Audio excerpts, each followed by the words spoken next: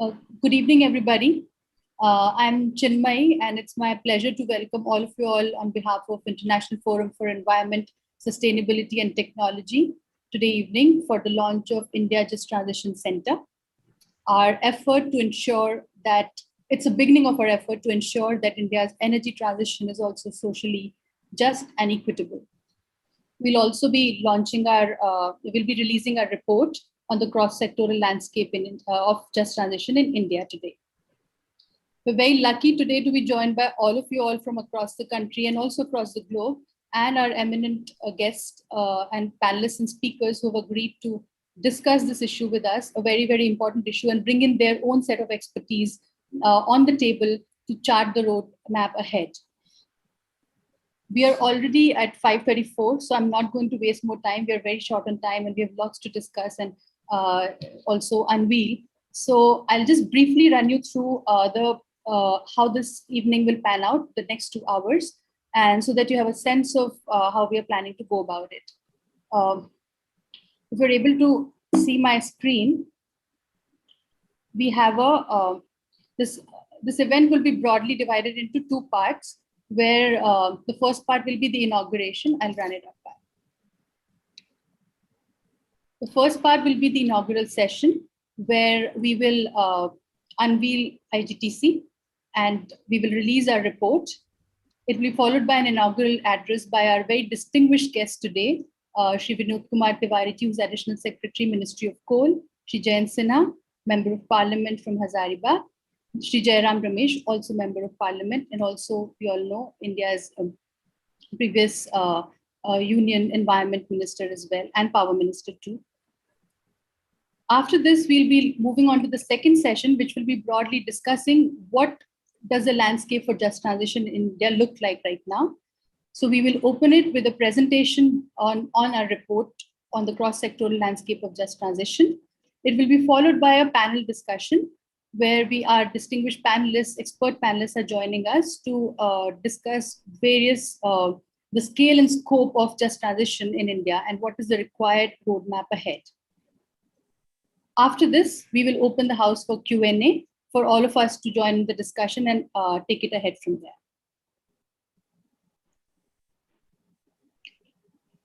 So without further delay in this, I would like to invite Chandrabhushan ji, who's President and CEO of iForest, to take us through what India Just Transition Center is and help us understand the idea and vision behind it. Thank you, Chinmay, and I would like to welcome everyone, welcome our panelists, speakers, and participants.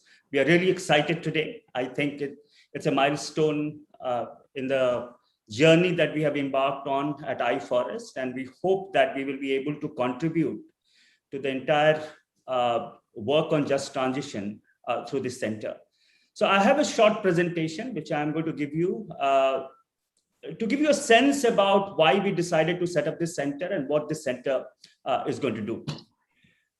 I think it need not be reiterated that the discussion around climate change has become very, very prominent over the last few years. And this discussion is not anymore about that, we need to do this or that how we will do this.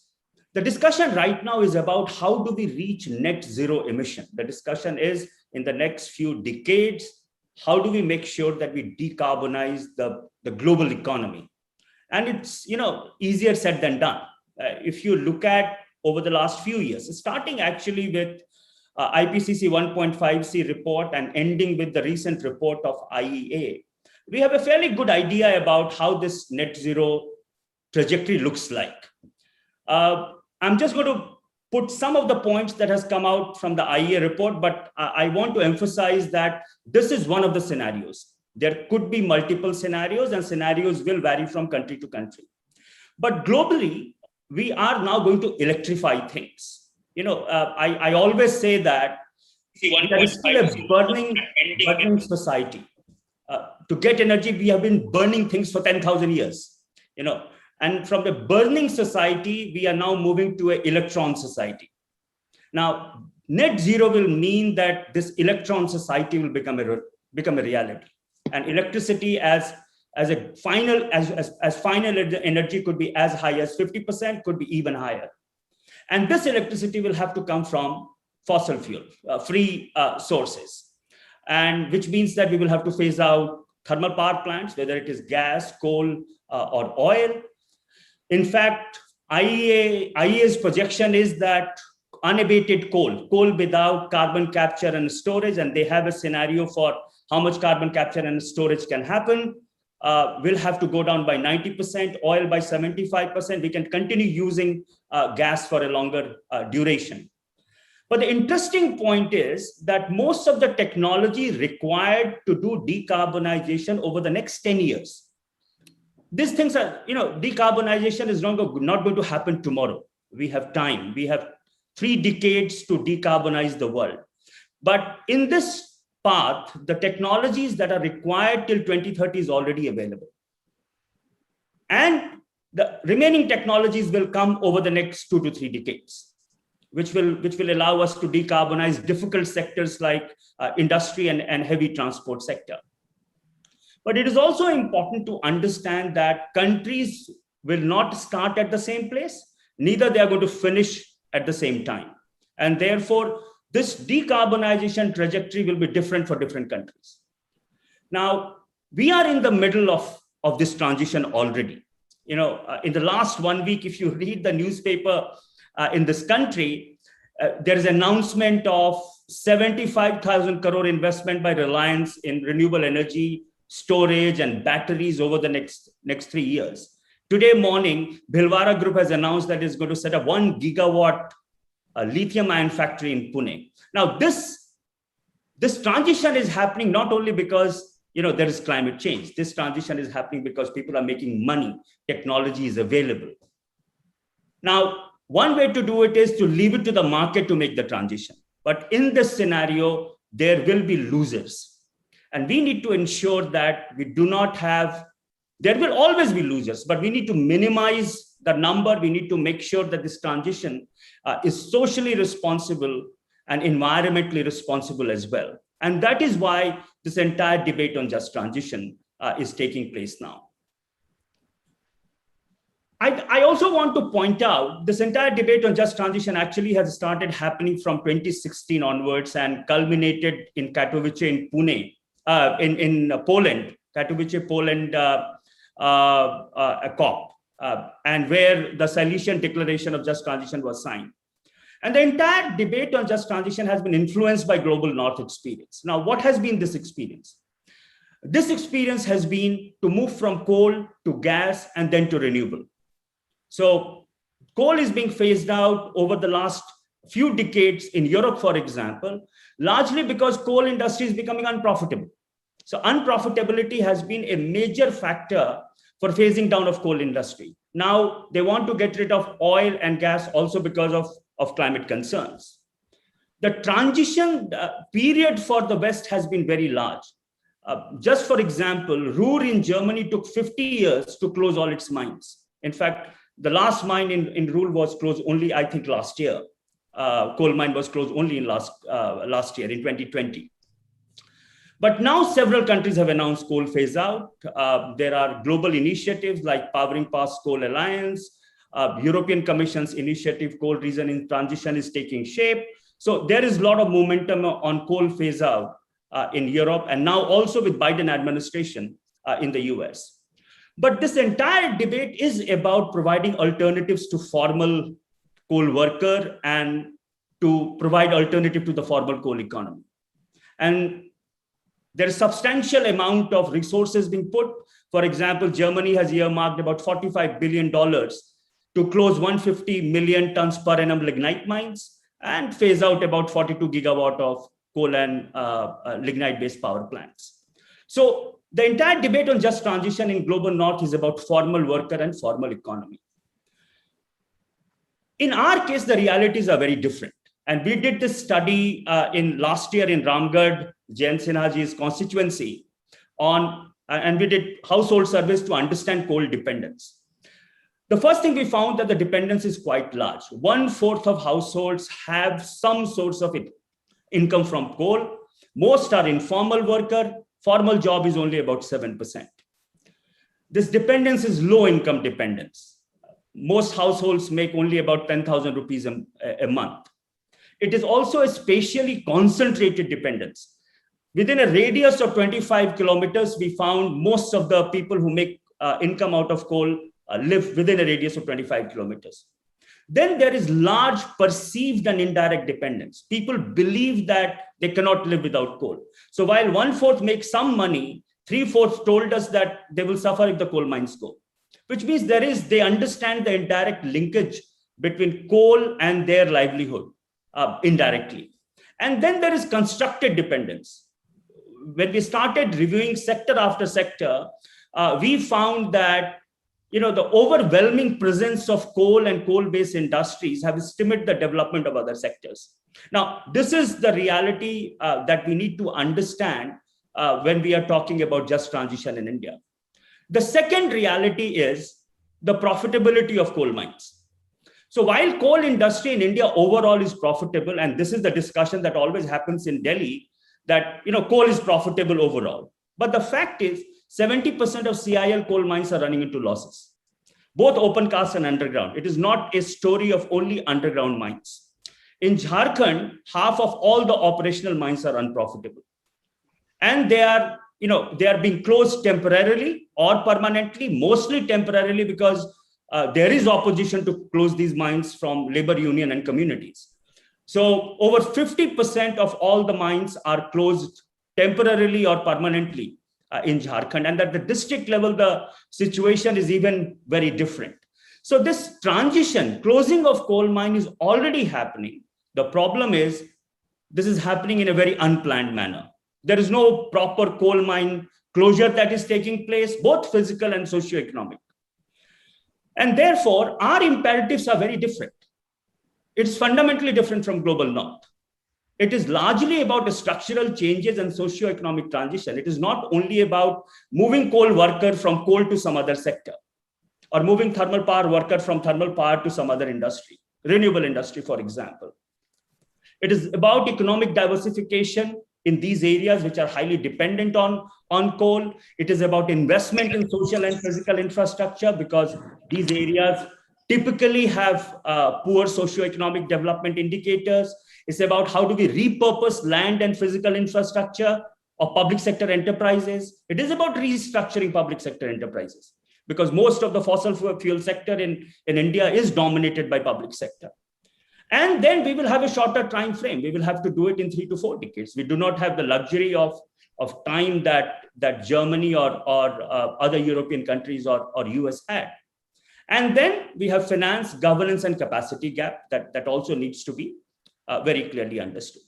It is in this context that the India Just Transition Center figures out. As I said, we have unique set of challenges of time frame, of scale. The scale of operations and dependence is very large. There is regional and sectoral diversity, an informal economy, the low adaptive capacity of fossil fuel areas, finance and investment requirement, changes in laws and regulations. If we want to repurpose coal mining areas, we will have to change Land Acquisition Act, which Mr. Ramesh authored, and also coal mine closure laws, and then capacity of various actors. And all this will require independent research and advocacy. It will require institutional and programmatic approach, and not just project-based approach. And it will require long-term commitment and engagement. And that's where we have decided to invest long-term commitment and engagement in this field. And therefore, we have decided to set up India Just Transition Center. So our mission is very clear. We want to create an independent platform to enhance knowledge and capacity on just transition in India, as well as look at Global South, because we ourselves have to learn a lot from other countries, other coal and fossil fuel dependent countries of the Global South. We want to support transformative changes for net zero over the next 3 to 4 decades. We want to work towards timely, tangible solution. We understand the problem. Now the time is to provide solutions. We want to strengthen South-South collaboration. And then we want to make just transition narrative more comprehensive from our perspective at the international platform. Right now, the narrative is very much dominated by the Northern experience. We have set ourselves certain objectives, starting from generation of knowledge to mainstreaming idea to build public support, very important. I very strongly believe that this transition in states like Jharkhand and Orissa will not happen because we have renewable energy. It will happen only when we have political and public support. And therefore, building public and political support is going to be very, very important. Engaging with stakeholders, thinking about policy landscape, facilitating planning, and then, as I said, South-South collaboration and international work at international level for both finance and capacity and technology is going to be very important. But most importantly, most of the work will happen in India. While there is a scope to engage internationally, and we should learn and we should take help and support, most of the work will have to happen we will have to do it ourselves. Our intervention areas are 6. As I said, we are investing in research and knowledge building. We are investing in advocacy, communication, capacity building, building alliances. We are going to launch very soon a civil society network on just transition. And then we are setting up a just transition resource hub, which we plan to launch in a couple of months. We have started setting up an institutional structure around this center, and I'm really delighted that all our advisory panel members are here, advisory board members. Anshu is here, Mr. Ramesh is here, Mr. Sinha is here, and then we have Nick Robbins. So we have 4 advisory panel members, all male right now, but we have approached many other colleagues to improve the gender balance of the advisory board over the next couple of months. So this is what India Just Transition Center looks like. Something that we all need to come together and work together to push this agenda. And I'm very happy that we have a very good group of people already who are supporting it, and we look forward to your support and help. Thank you very much. Thank you, Mr. Bhushan. Now we will move on to unveil the India Just Transition Center, and for that, and our report as well. So for that, I will ask all our inaugural speakers and our advisory board members to also put up the copy of the IJTC brochure on screen, and then Mr. Bhushan will take us to the website as well. Yes. This Jairam has just launched the report. The brochure. Okay. Okay. Mr. Sinha is in Hazaribagh. Otherwise, he had the copy of the brochure as well. But I'll take you through the web page that we have developed quickly. So let me just share the screen for the web page.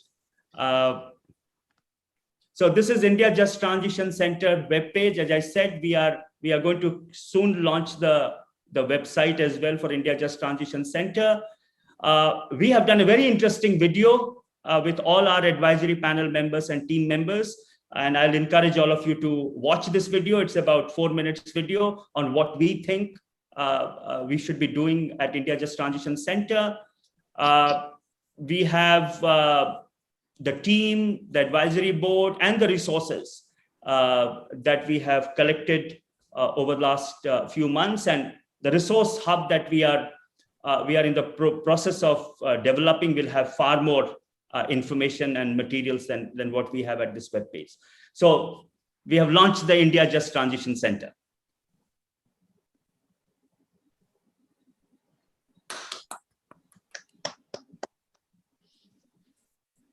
Chinmay, the book now. Yes. So I'd request all of you all to put up the book to the screen. This is a report where we try to understand the scale, the scope, and of just transition. It's the first, the starting point of what would be, what we hope would be a bigger body of work, engaging everybody, multiple stakeholders, and a lot of research on the ground as well as at the state and national level.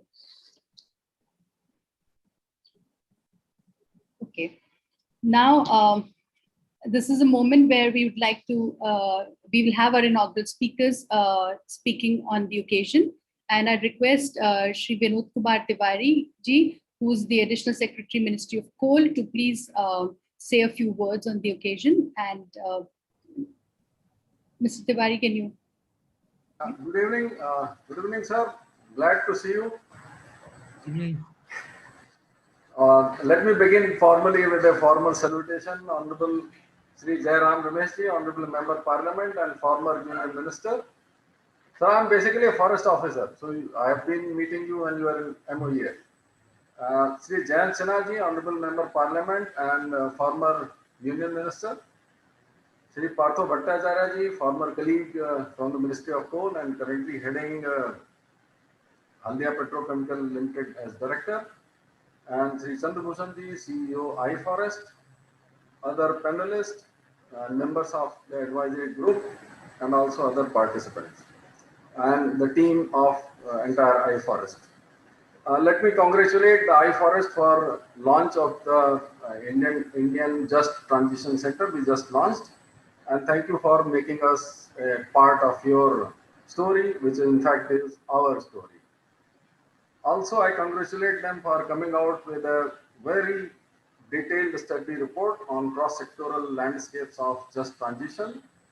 It has a lot of data in one place, which normally is scattered and is difficult to find and put them at one place. And thank you for bringing out the report. Launching Just Transition Center is a very timely action to start the thinking and preparation towards the just transition, or JT I'll refer in my subsequent talk as in short. Real orientation at scales, and that too in democracies like ours, will take a long time, and it will have to negotiate through various processes, particularly in the federal setup. You will have a lot of political and policy dimensions to it. Just be aware of it. It's not going to be easy. I am not batting for the coal, although I am posted in Ministry of Coal. We recognize that the fossil fuels are finite source and coal as a dry fuel has a finite life. There is no disputing its emission contribution or either. There may be debate as to when its demand will peak and when we decide to go towards net zero emission and the target date for the same. When the journey to phase out begins and ends, but there is no doubt in our minds about the king coal being replaced by cleaner sources, which may be solar or hydrogen or any other new source. There are other clean technologies also becoming available, and as per one projection we did with Niti Aayog, the coal demand by year 2030 is projected to reach something like 1600 million ton from current consumption level of nearly 1000 metric ton, of which domestic production is about 750 million ton. Beyond this, a lot will depend upon RE, particularly the solar energy, and reducing cost of its establishment, while avoiding global monopolies dictating businesses on technologies and components, wafers, panels, and modules. Also, let us bear in mind that since solar projects also need land, this too will be a finite source. It's not going to be an infinite source. Will hydrogen be the next source? You don't know. The possibility. When cheaper and more reliable sources become available, coal will automatically get replaced and there will not be any need to push out the fossil fuel. It will get automatically phased out. I am not an expert on just transition. However, after going through the well-documented report of iForest, some thoughts did cross my mind and I am sharing them here. I need to add a caveat also that these are my thoughts and not necessarily the thinking on or policy contemplations of the government. Some issues highlighted in the report do need deeper analysis, and some of the perceptions need putting in context and perspective.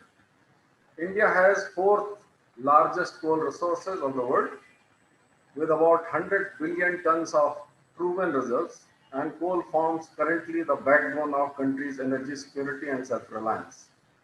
In the absence of similar self-reliant sources, until such resources become abundantly and reliably available in India, we as a country cannot afford to phase out coal as a dry fuel in any short or medium term. The dream of phase out will be some distance in future. This allows us time to plan for the transition. Uh, if one door closes, several others will open. We may recall that logging as business reduced drastically in the 70s, but then several other opportunities came our way.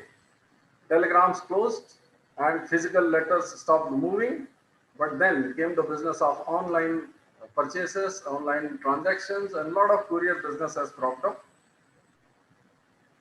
And by the way, Department of Post continues in the business. Many textile industries closed down, but their mill provisos offered high-value real estate businesses.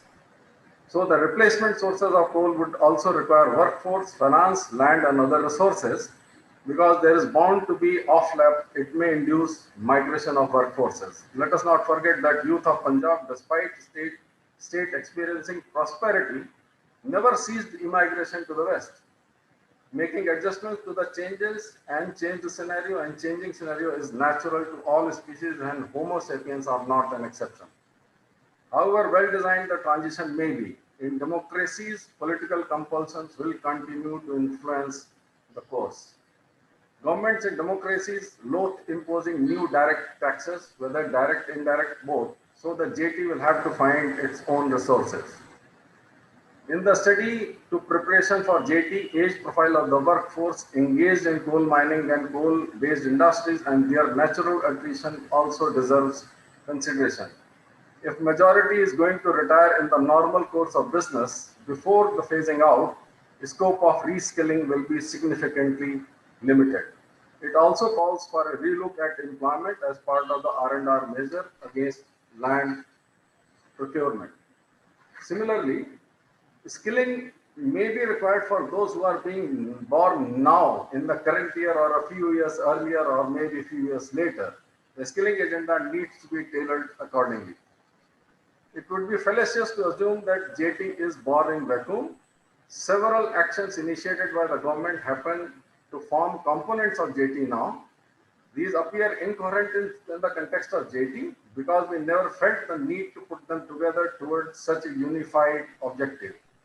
Now I'll move on to a few thoughts that I would like to share that are happening.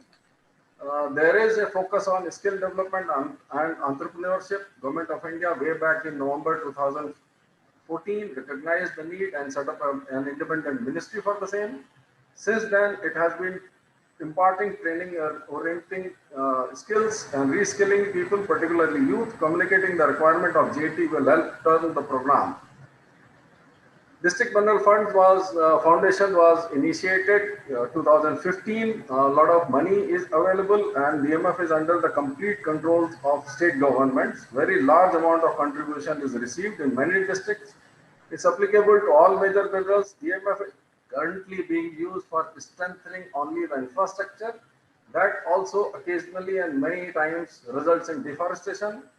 And guidelines permit also the soft mining in terms of skilling, reskilling, livelihood options.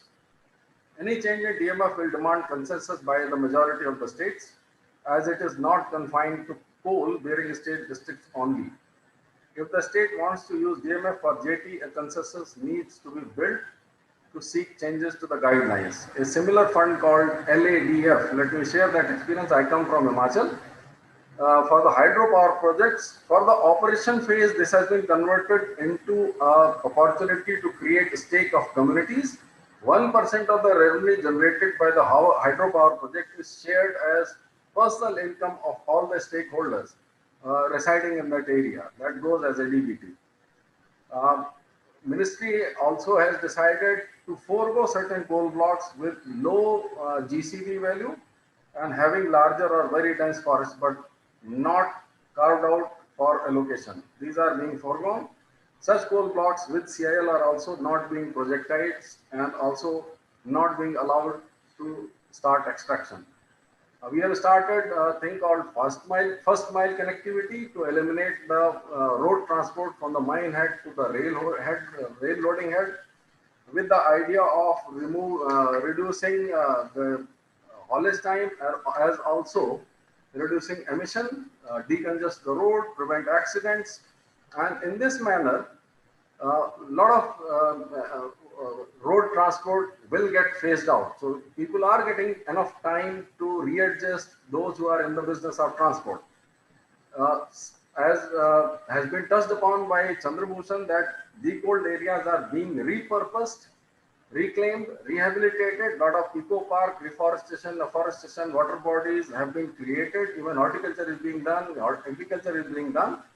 However, there is a lot of untapped potential. In a few mines, extraction of sand from overburden is also a successful business.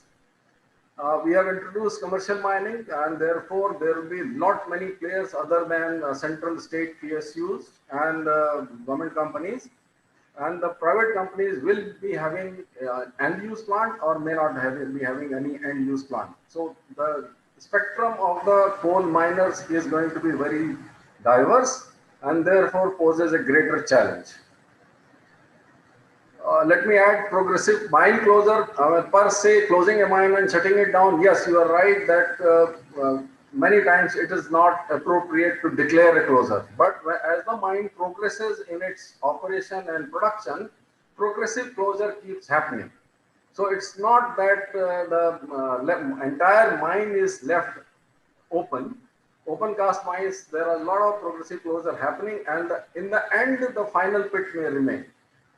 And about the GST, I must touch upon that whatever we had that environment cess has been subsumed in the GST. And there is a continuing GST compensation cess, but it requires GST council, of which states are also part. And again, in a federal setup, you require consensus building before you think of tapping into this resource. And among the stakeholders, let me also add that coal companies and coal-based industries will also be a stakeholder. They are diversifying into RE. Today, Naveli Lignite is a 1400 megawatt renewable energy company, and NTPC has already begun investing in RE. CIL is also intending into the business of solar, what we call solar energy, as also solar wafer making through PLI scheme of MNRE. CIL is also trying out clean coal technologies, coal gasification, and one project is already advertised and several others are in pipeline. So we are trying to move towards cleaner uses and cleaner technologies of the coal. And let me touch upon the land also. Land being a concurrent subject, it will continue to pose challenges in repurposing and reassignment. I mean, I don't want to tell much about it because the author of the new LARR Act is already here. Once acquired, it becomes a capital asset of the company. Land is value appreciating asset as compared to all other depreciating assets. So its return involves monies, and therefore there will be issues with accounting procedure, particularly when there is no incentive for returning the reclaimed land where more money is invested. Repurposing will involve further investment. It is said that in India, those businesses which do not require land flourish. Example being mobile technology. So wherever land is involved, it will be a difficult thing to move. Land lease, as opposed to acquisition, has the issue of rent, where rent is fixed very high, and therefore, is also filled with uncertainties and physical condition of land to be at the time of the return. So all the coal companies, for that matter, all projects avoid taking land on lease. They tend to acquire. With JT in mind, the LME need tweaking, but it has to make business sense to the companies involved in terms of land compensation and R&R expenditure. We at present are producing something like 700 million tons per annum from the domestic sources. And as per one estimate, direct and indirect employment is about 1 million people, whereas your report probably say 2 million, but as per the projection of Niti Aayog, by the time we reach 1600 million ton, there will be something like 2 million people employed in this sector. Finding alternate sources for livelihood, particularly in resource-scarce areas, is difficult even today. And with mining industries closer in mind, it would be even more difficult tomorrow. Scope for livelihood resources is limited and requires innovative thinking.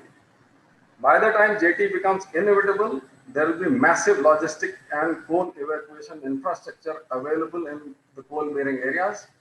These two can be considered for generating livelihood options. Coal mine tourism has already been introduced in some of the areas by CIL. Though scope is limited, it gives glimpses of alternate sources and options for repurposing. Some efforts have been initiated. Let me come to the JT aspect within the government. That we have already initiated efforts to enhance our common understanding of the issues involved, improve our knowledge about the subject, and interact with experts for gaining insight and sensitization. And that is the reason I am here. With the help of agencies like IJTC, coherence of actions will be possible for achieving the larger objective. I would like to sum up with a message of hope that with challenge, although challenges are many, but there are also promises for the future. Therefore, the scope of work of IJTC is going to be vastly interesting and absorbing. I extend my best wishes to the IJTC in its endeavor to come up with the challenges. Thank you. Thank you for your patient hearing. Thank you, Vinodji. That was, I know you specified that these are your opinions, but that was a very informative session for all of us to understand what are the challenges and opportunities as well currently going ahead. I would now like to request Shri Jayant Sinha ji to speak a few words. And we all know that Jayanji is a member of parliament from Hazaribagh, which is also Hazaribagh constituency, which is also one of the key coal belts in India. He's also been very vocal about India meeting the net zero targets and decarbonization. So we open the floor to you, Jayanji, and look forward to hearing. Thank you very much. And a very good evening to my colleague in Parliament, Shri Jairam Ramesh ji, Additional Secretary, Ministry of Coal, Shri Vinod Tiwari ji, Shri Partha Bhattacharya ji, former Chairman Coal India, my good friend and colleague, Shri Anshu Bhardwaj, leader of this great initiative, Shri Chandrabhushan ji, and all his colleagues at the iForest Center, friends, colleagues. I first of all want to thank the Just Transition Center and iForest for this exemplary initiative. It's very clear that we have to undertake a very major transition of not just our energy systems, but our economy over the next few decades. And while, of course, there are many things we need to do at the policy level and at the political level, at the end of the day, and I say this as a Lok Sabha member of Parliament, it is a human endeavor. It is an endeavor that affects crores of people, and they are used to a certain way of life, a certain way of earning their income. And they are going to have to, over the next few decades, really make very, very profound transformations in their way of life. So this is, at the end of the day, very much a human endeavor, an endeavor where we have to address the dreams, the hopes, the fears of crores of people. And this is the part that I think it's most important, and which, of course, iForest has been working on, and of course is at the core of the entire Just Transition. So thank you very much, Chandrabhushan ji and all your colleagues for taking on this very important task, which is going to be vital for our economy and for the well-being of our people going forward. As you all know, I have been writing and speaking quite extensively on the net zero pathway for India. At some level, the markets have already spoken on India's transition. And even we as policymakers debate some of the pros and cons of, whether we should go on a low carbon pathway or a net zero pathway. If you look at where the capital markets are, and if you look at what's happening in science and technology, if you look at what's happening in the larger business community, I think there you'll find most people have already decided that the world, and of course India as well, should be on a net zero pathway. And the announcements that have come recently from various companies about their plans, what capital markets and large investors around the world are saying about fossil fuels, the recent board actions that have taken place at Exxon and elsewhere, will tell you that the markets have already moved to a net zero type of future. And so we also in India have to start to think very carefully about what is it that we need to do to move towards a net zero future.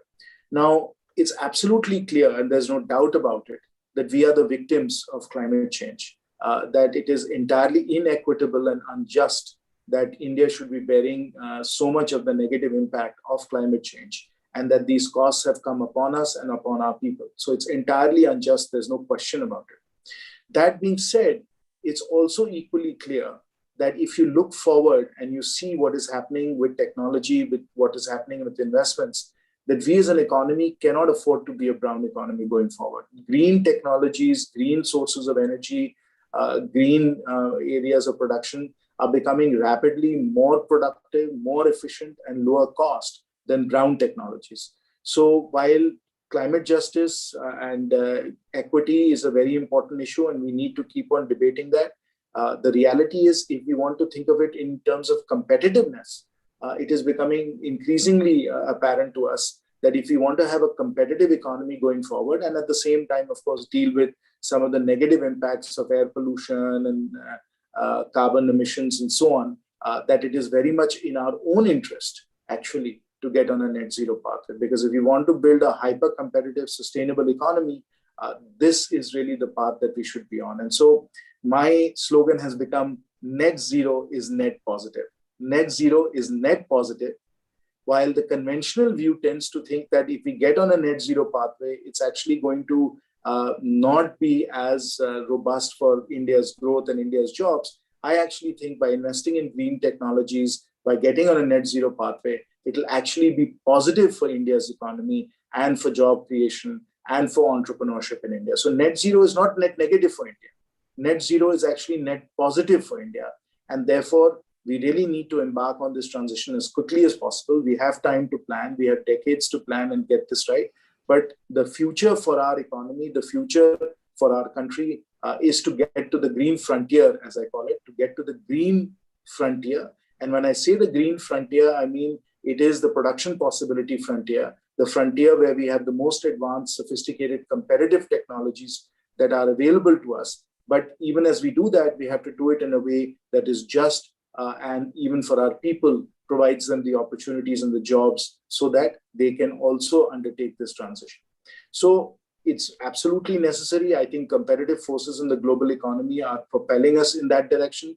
At some level, even as we talk about climate justice and we talk about equity, we will almost have no choice but to move to those green technologies if we want an advanced competitive economy, if we want to get to 5 trillion, 10 trillion in GDP, go from $2,000 of GDP per capita to 4,000, 6,000, 8,000, we will almost have no choice but to go to the green frontier to get on the net zero pathway. So that is a strong imperative in my own personal view. And of course, these are my own personal observations. I think getting to the green frontier is going to be extraordinarily important. Now, how do we do that? There have been some efforts now, and I must thank Anshu and his team at Shakti, where we are beginning to look at this at an analytical and at a robust modeling way. So far, people like myself have been laying out hypotheses, have been laying out ideas as to how this might happen.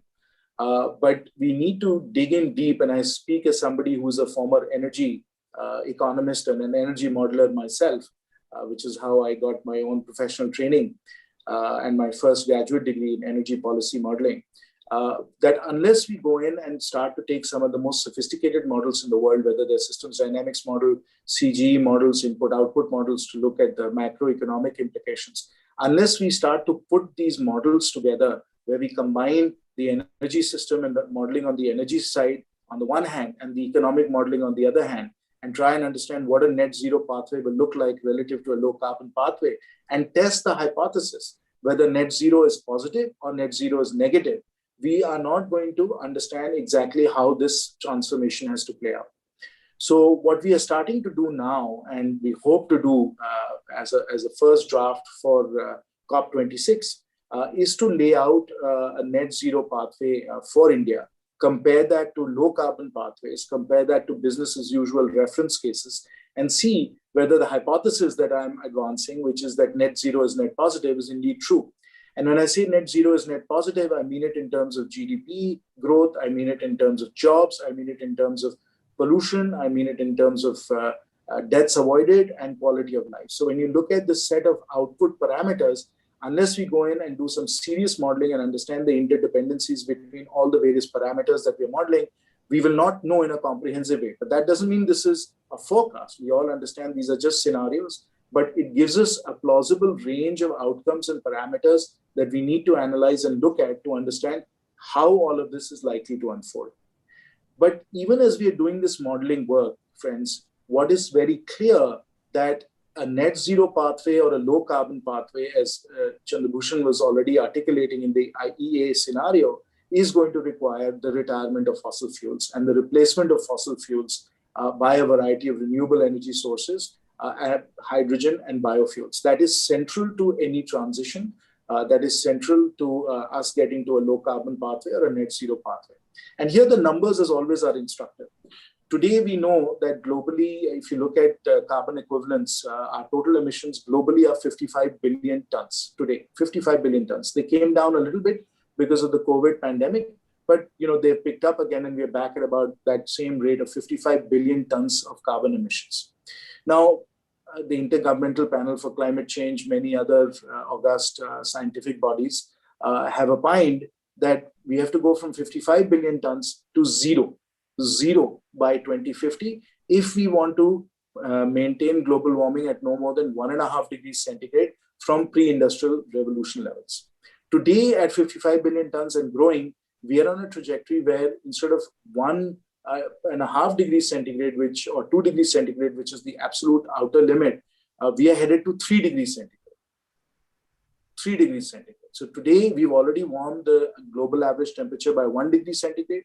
The trajectory that we are on, current course and speed, business as usual reference case, is going to get us to 3 degrees centigrade.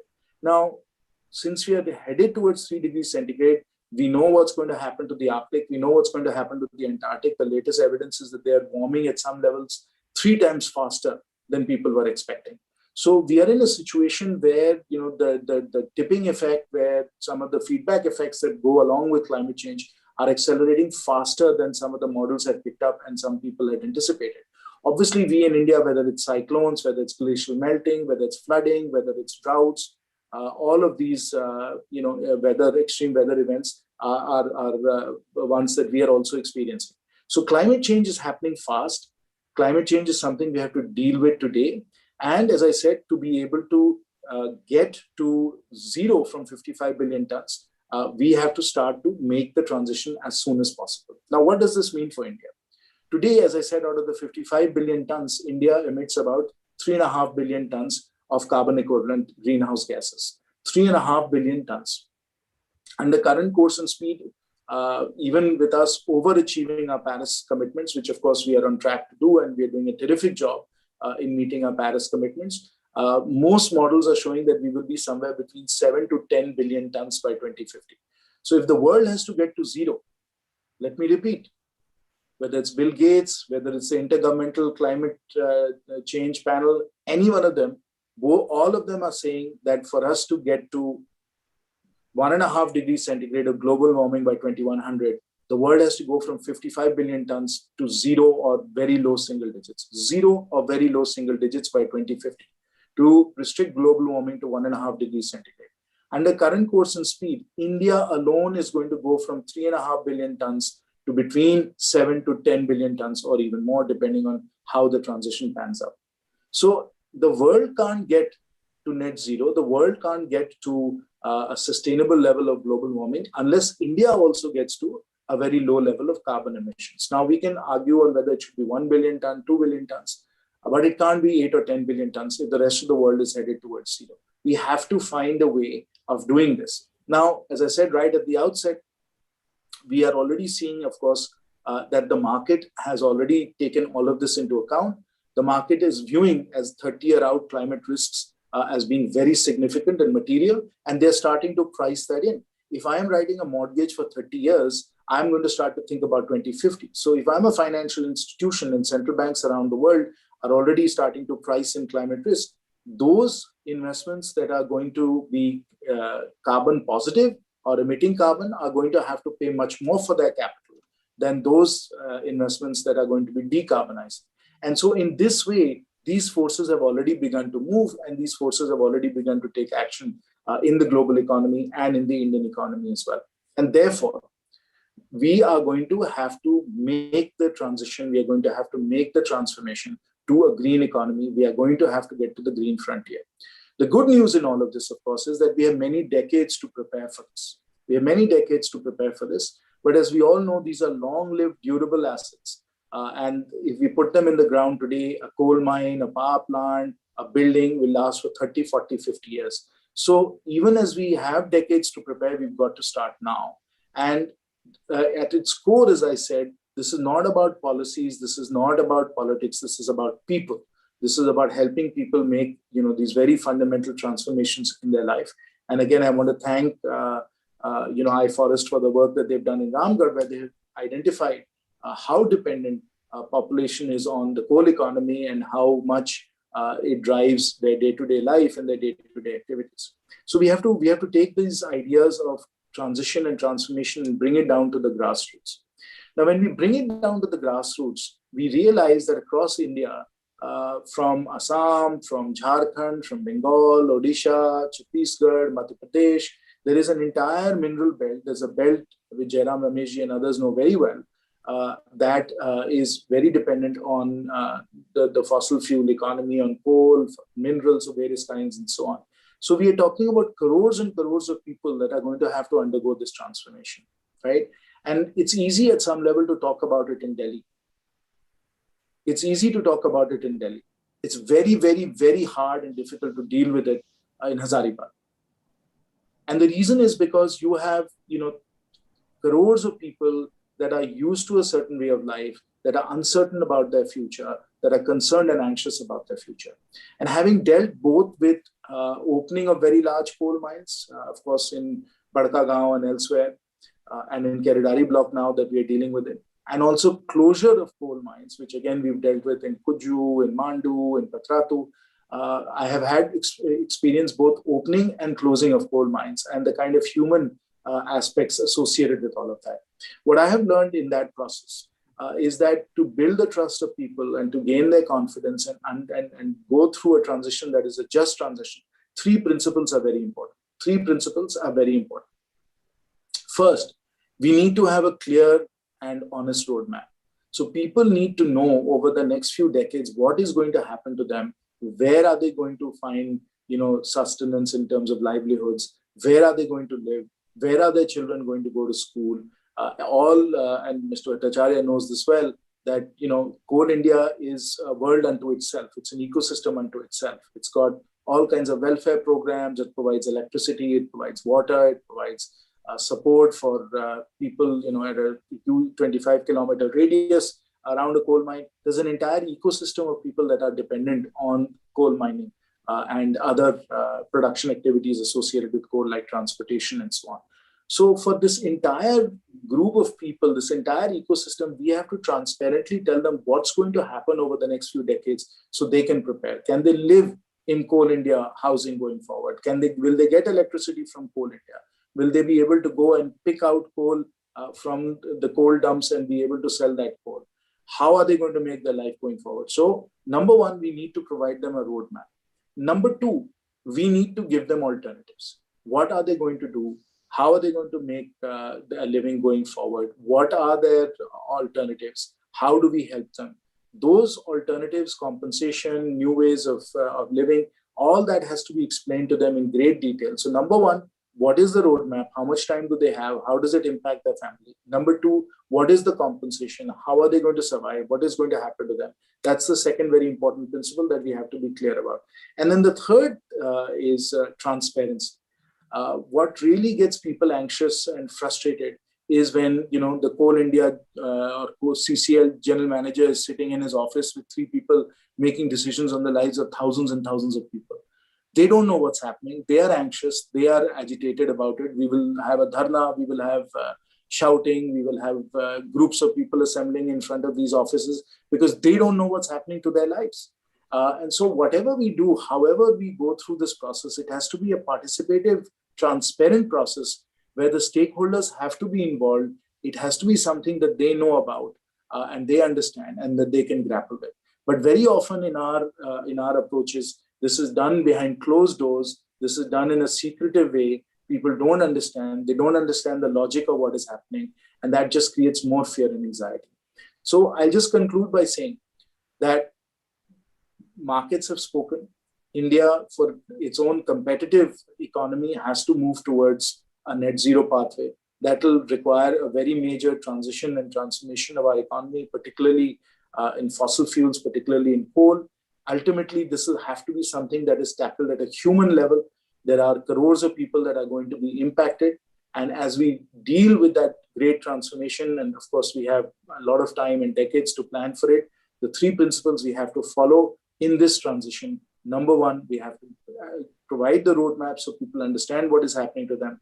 Number 2, it has to take into account people's need for compensation, people's need for alternatives.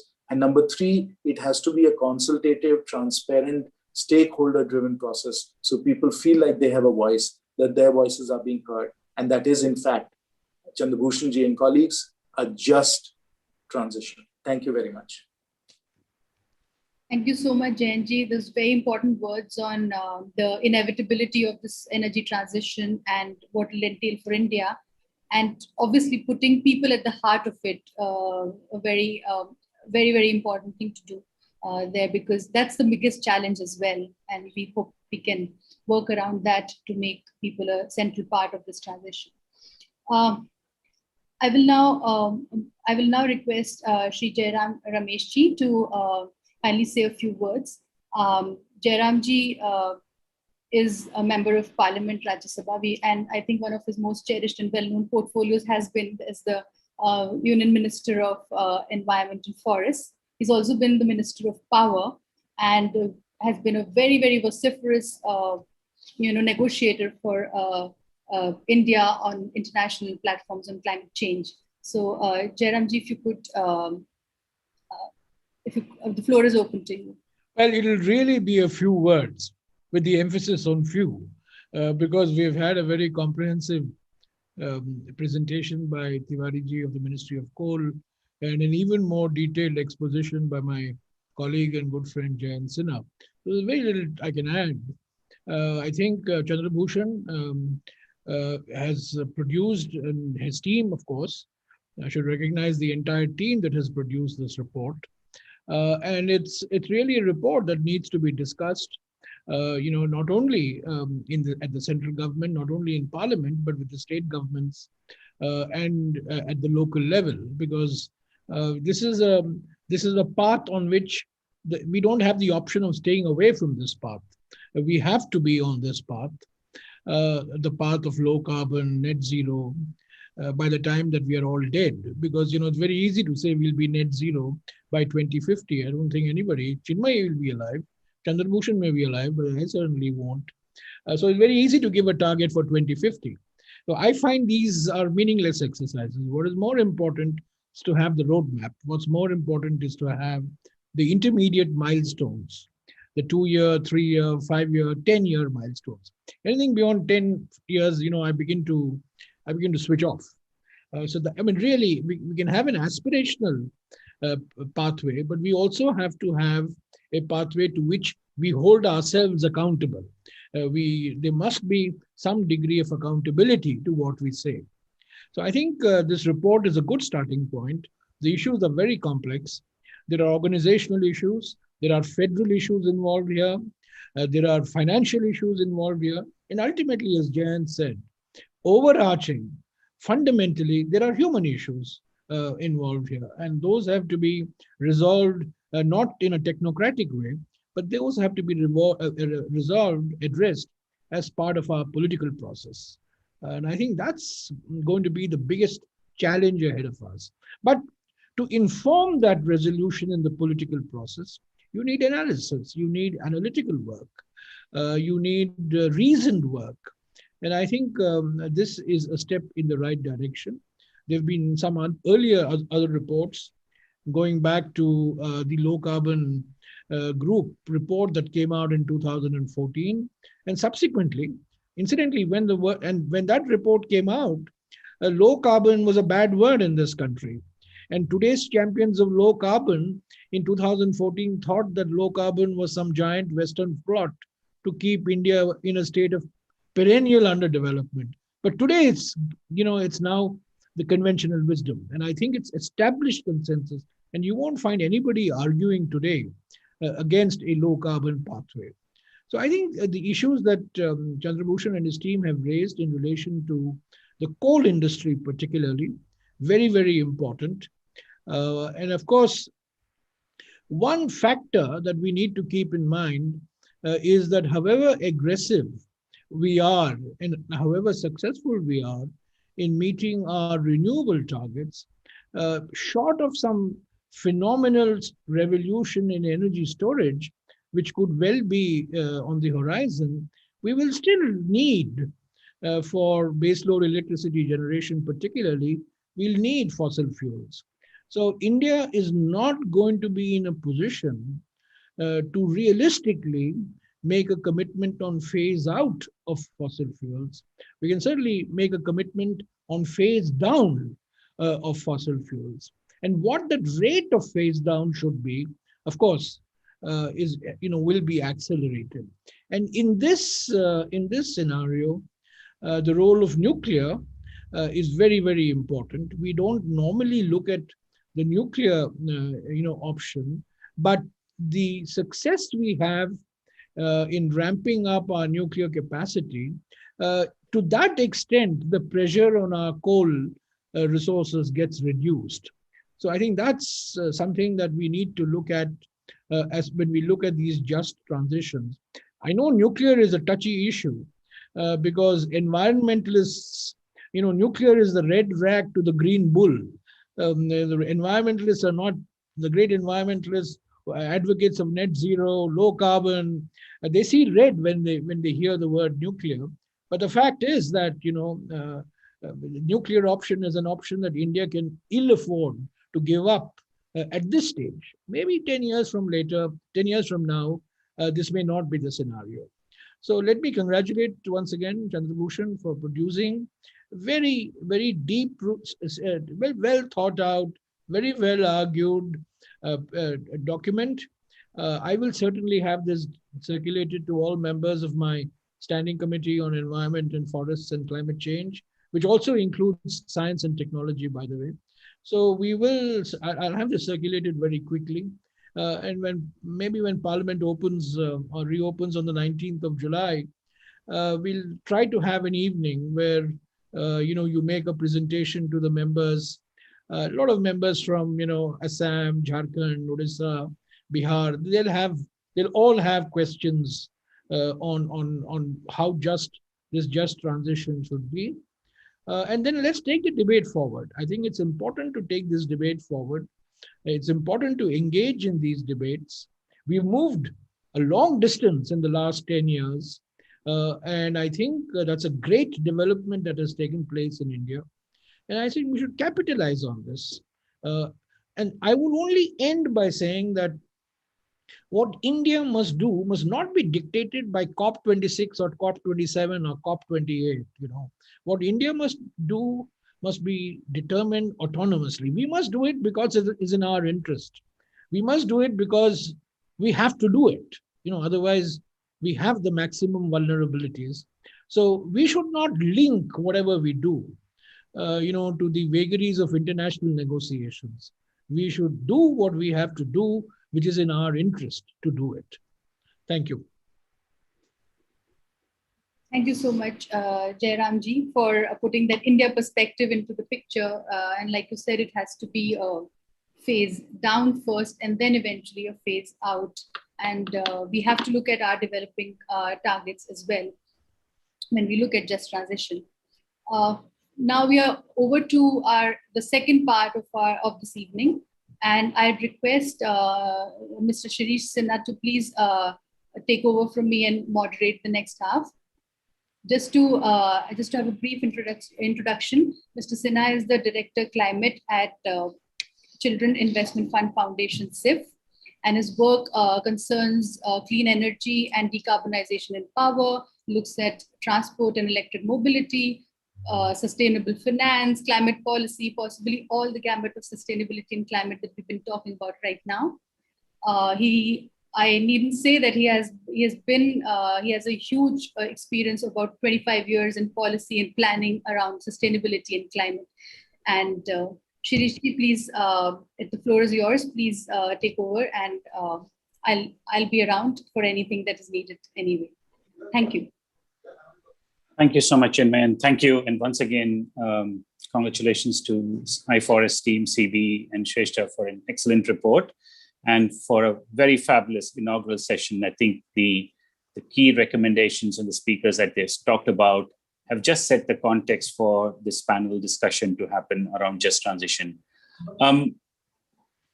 The way we will structure this panel is it's in two parts: a short presentation from Shrestha to bring out what are the 5 major recommendations, the 5 R's, which at the title of this report is. And then we will open it up to the panelists who have been distinguished panelists who is available for us to comment on this report, but also bring forward their perspective on it.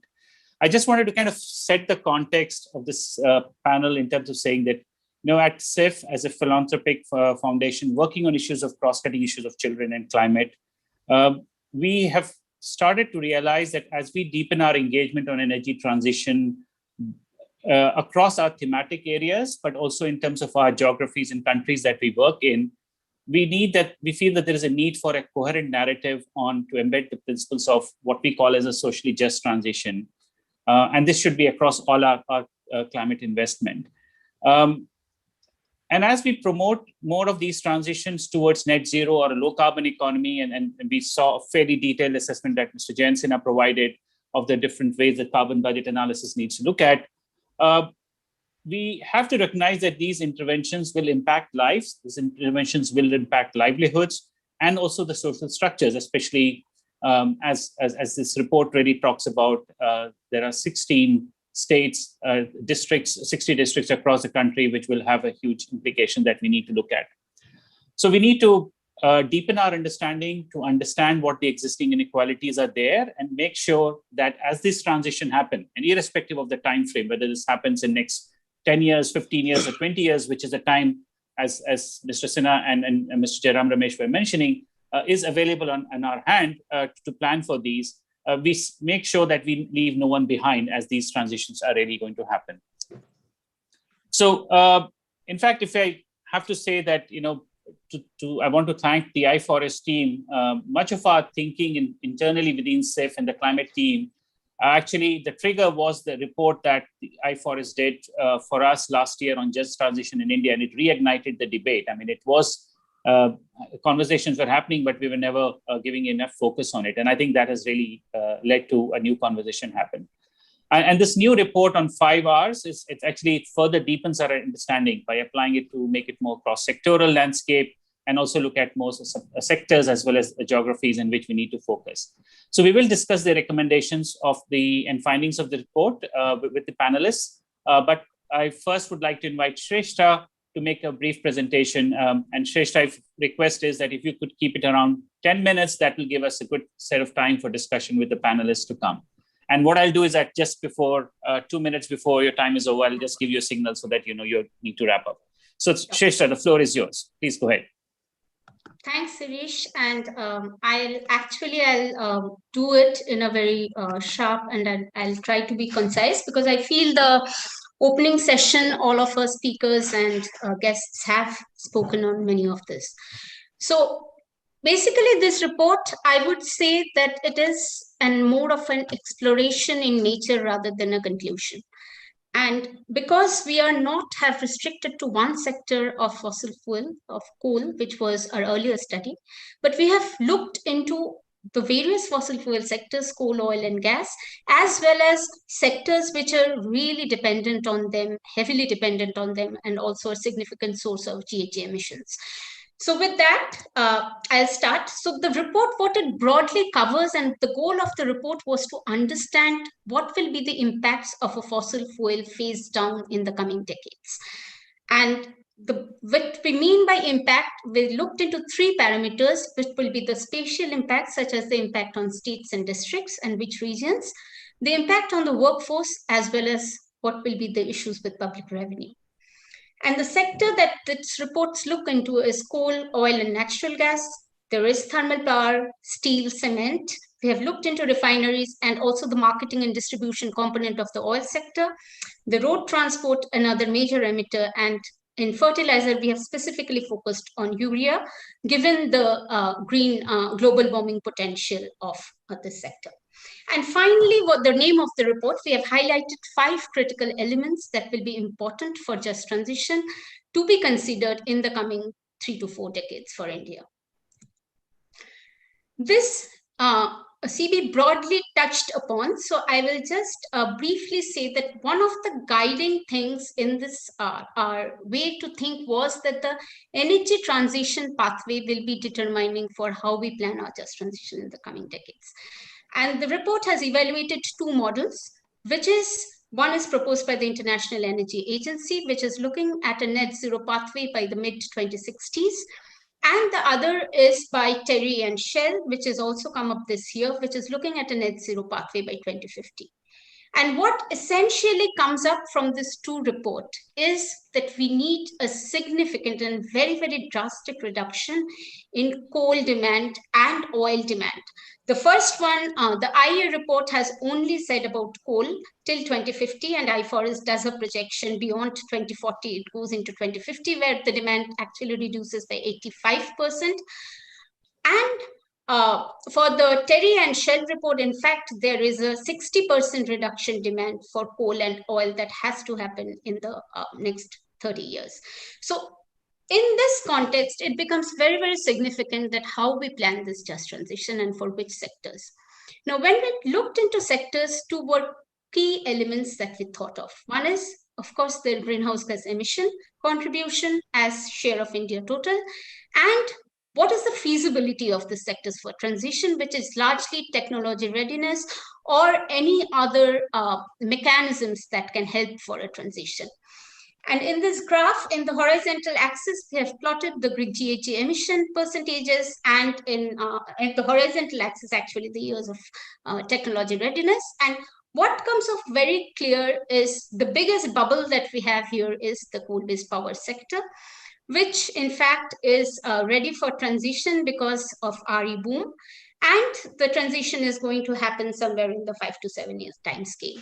The other major sector will be, of course, the coal mining sector, which is very intricately related to the power sector. So the demand will go down, and we are in a right position to start thinking about that, as Jayanji and CV had already pointed out. And then there is another important sector, which is the road transportation sector, because of the EV transition that we are envisioning, the government of India is supporting through policies and funds. And that transition, in fact, in the road transport sector, I'll come to it, we have broken into 2 parts in the report. So basically, the coal mining, coal-based power, and the road transport sector will experience major disruptions in the next 10 years.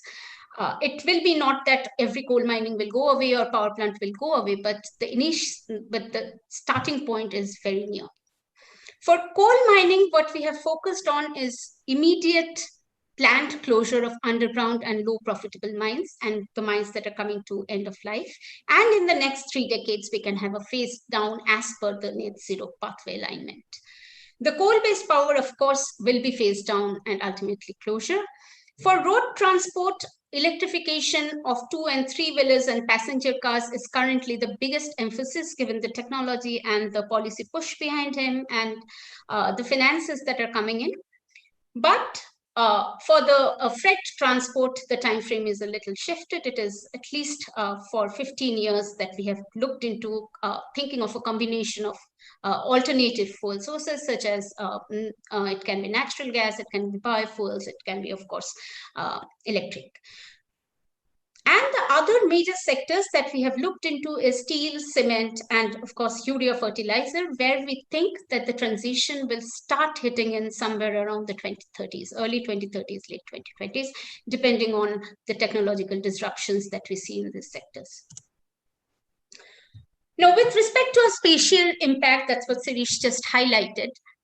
If we look across these 8 sectors that we have considered in this report, and just look at the top districts where the sectors are concentrated, there are 120 districts which are dependent on this fossil fuel and carbon intensive industries, which will be impacted in the next 3 decades.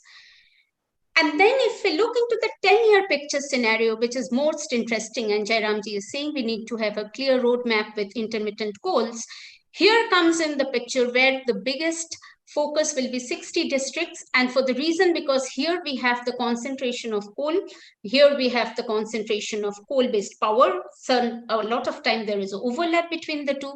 And finally, the automobile districts, particularly considering the manufacturing of automobile and automobile components.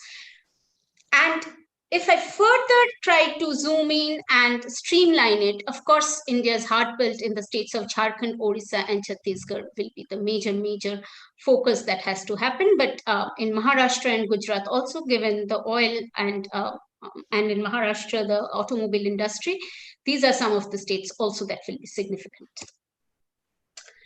With respect to the workforce impact, the most interesting part, and this is a data that we went by various resources to put together. For the formal, we went by the annual survey of industries, we went by employment factor assessment, we took some of the thumb rules such as put by the CEA, and overall what the picture that has come out is the informal employment is nearly 4 times the formal employment if we combine all these sectors. And for informality, of course, there is no clear data, and with the beginning, Vinodji told our estimates differ from the coal ministry. But what we have largely relied on is the NSSO survey of the 68th round, which gave a broad proportion of formal and informality in various sectors. And that is the thumb rule we broadly went by. Now, for me, I feel that the informality is still underestimated here, because particularly in Eastern India's coal regions, if we go, we have a huge section of subsistence coal economy, where they are the coal gatherers and sellers. And the Ramgarh study that we initially mentioned actually highlighted that. So this number doesn't even capture that volatility or uncertainty in the sector for the transition. But definitely the key point here is that there must be a key focus and a major focus on how we transition the informal sector and what we do about them. With respect to the third component was the revenue impact. Now here, the biggest finding, one of the biggest finding was, and we personally went by looking into, of course, literature, but going by company records, particularly of PSUs for coal and CPSCs for the oil sector. And what is coming out is the bigger challenge will be for the oil and gas sector revenue substitution than the coal sector. In fact, the oil and gas sector revenue share is nearly 10 times the coal revenue when it comes to our government exchequer contributions overall.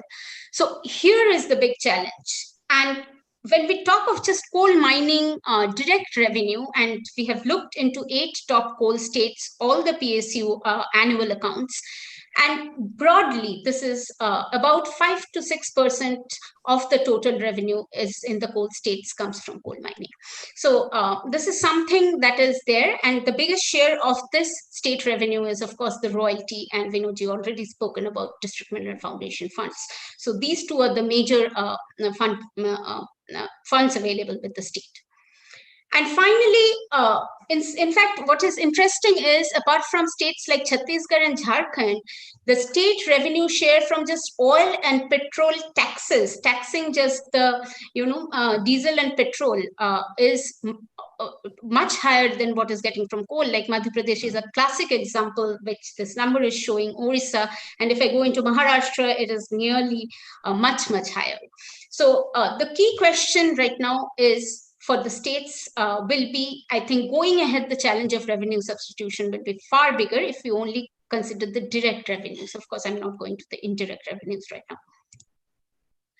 So given this overall scenario of workers' impact, spatial distribution, as well as the revenue question, we have identified 5 critical elements that will be important for a just transition. And there's a broad areas we have identified. Of course, the planning will be much granular, and we have called it 5 R's, the name of the report itself. So the first one will be the restructuring of the economy and the industries that will be necessary.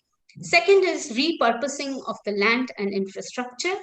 Third, definitely reskilling of the existing workforce, and of course, considering the new industries that will come in, the renewable energy, battery production that will happen, will need to skill a lot of new workforce.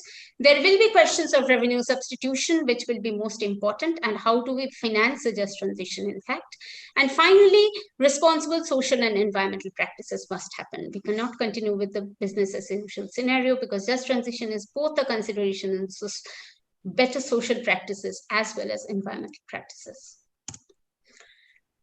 Few things I'll just highlight. When we talk of restructuring the economy on the industries, the major industrial restructuring, as we think, if we think just of the coal mining sector, the power sector, as well as the automobile sector, which the highlights for the next 10 years, the states where this must happen is Jharkhand, Orissa, Chhattisgarh, Madhya Pradesh, and Gujarat.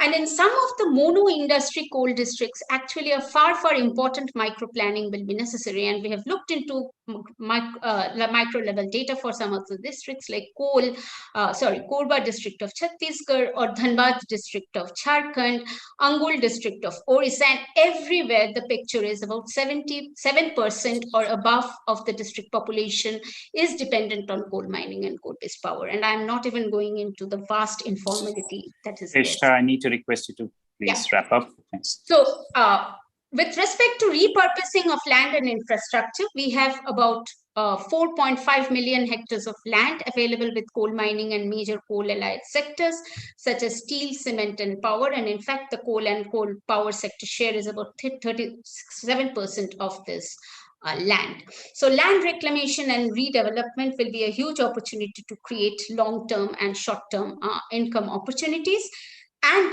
reform in land laws, which we already discussed. Reskilling and retraining, every sector will necessarily require this, and I'm not going to go into the detail.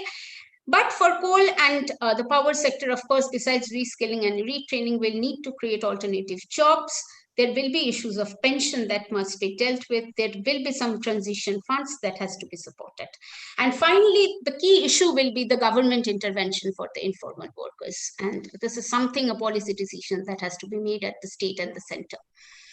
With respect to revenue substitution, the biggest opportunity we hope today is at hand is District Mineral Foundation Fund. Currently, coal mining districts have about 184 billion. And in fact, just 25 top coal districts have 88% share of it. So this is a huge opportunity for micro planning. And then, of course, the GST compensation says we don't know the future of it, but if it comes to an end in the year 2022, currently the estimates are that about 400 billion is there. So these two funds are definitely an opportunity to tap in the immediate future. Finally, talking of socially responsible practices, of course, inclusive planning will be necessary, capturing the needs and aspirations of people. And one of the things we have highlighted is we need to reverse the resource curse, and investment with social infrastructure is going to be hugely important, because there are huge proportion of multidimensionally poor people in these coal districts. What it means is they have extremely poor living standards, they have extremely poor indicators of health as well as education. So that will be very high. And of course, that will help to build social resilience. And at the end, we think environmental responsible practices must be promoted, because of course mine closure will be there. But the basic idea is that if we can do proper ecological protection and restoration in these areas, it can be significant, because many of the coal areas are also tribal regions. They have huge forest potential. In fact, some of the coal district has double the average forest cover of India. So these people can be more readily absorbed in this economy instead of putting them in a completely different world. Watershed development, in the next session, we can hear some of the districts are already doing through DMFT funds, as well as enhancing the agricultural potential through investments in irrigation in this area. Please. So Sirish, I'm done. This Thank was you. the last point, and thank you so much. Thank you, Sirish. I'm sorry, I don't like to rush people, but there's very less time left for the panelists. So what I'll do is that I'm sure there will be questions on your presentation there as one. So I'll request all the people who are attending the session, please use the chat function. The Q&A is there. There are some questions already there. Please put more. So if the team is not able to respond today, I'm sure they will get back to everyone with their response. So without any further ado, I would like to invite Mr. Partha Bhattacharya, who is the director with the Haldia Petrochemicals and also the former chairman of the Coal India Limited. So my request to you is if you could keep it to about 5 to 6 minutes. I know if I need to adjust everybody in the remaining 30-minute slot. One question that I just wanted to raise it to you as you respond. You represent the industry which is under tremendous pressure right now. And it's really looking at, as Mr. Jensen has said, the pressure on the fossil fuel industry is really there. Market signals are clearly showing that there is a need for phase out to happen. So if in your remarks, if you could reflect on how the transition or the just transition can play out in fossil fuel industries like coal and oil and gas, and how can this be more just and socially relevant, which is one of the recommendations that is coming out from this report. So over to you for your remarks. Thank you. Thank you very much. The Honorable Sri Jairam Rameshji, MP and Minister during my time. He was the Forest Minister, MOEF, and then earlier to that, the Power Minister. We had some nice interactions at that time, which he was remembering as well. Sri Jayant Sinha ji, MP, Chandrabhushan ji, and the other members of the iForest team. I think one point that was very clearly stressed during the by the earlier speakers was the need for a very transparent and proper communication. That is very central to the transition happening in a just manner. Now, I find a lot of problem in that area. Problem because just now the presentation that Shrestha did, which showed the IEA outlook for coal, it suggests that by 2030, we should be consuming 10% less coal than what we are doing today. 500 something, I think it is in terms of oil equivalent or whatever, and that goes down to 454. Whereas the formal official position of the Ministry of Coal and Coal India is just the reverse. Coal India is being told to increase its production from 600 million tons to 1 billion ton. The dateline earlier was 2024, now it is 2026. And as the Additional Secretary pointed out, the total consumption today is about close to 1 billion ton, which should go up to 1.6 billion ton in 2030. So this and the IEA picture or the other picture that was shown was completely a divergence. Now, if the coal companies and coal miners are being told that you are supposed to increase your production by 60% from current levels by 2030, I mean, they will not even visualize any kind of transition. It will be very difficult for them to even visualize that. So I think there is a need really to for the official position to be properly calibrated and corrected. Because one thing is very clear, we are not going to add any coal-based power capacity just because of economics. Today, solar power has come down to 2 rupees or 2 rupees 20 paisa, etc. And the tariff from a new coal-based capacity is not going to be less than 3 rupees 50 paisa. So there is no question of adding fresh coal-based capacity. So all the demand of coal that will fan out will be from the existing thermal power plants and a little bit of coal for gasification, which is being talked about. We are talking about 100 million ton gasification. I'm really not very clear because the economics is not getting clear.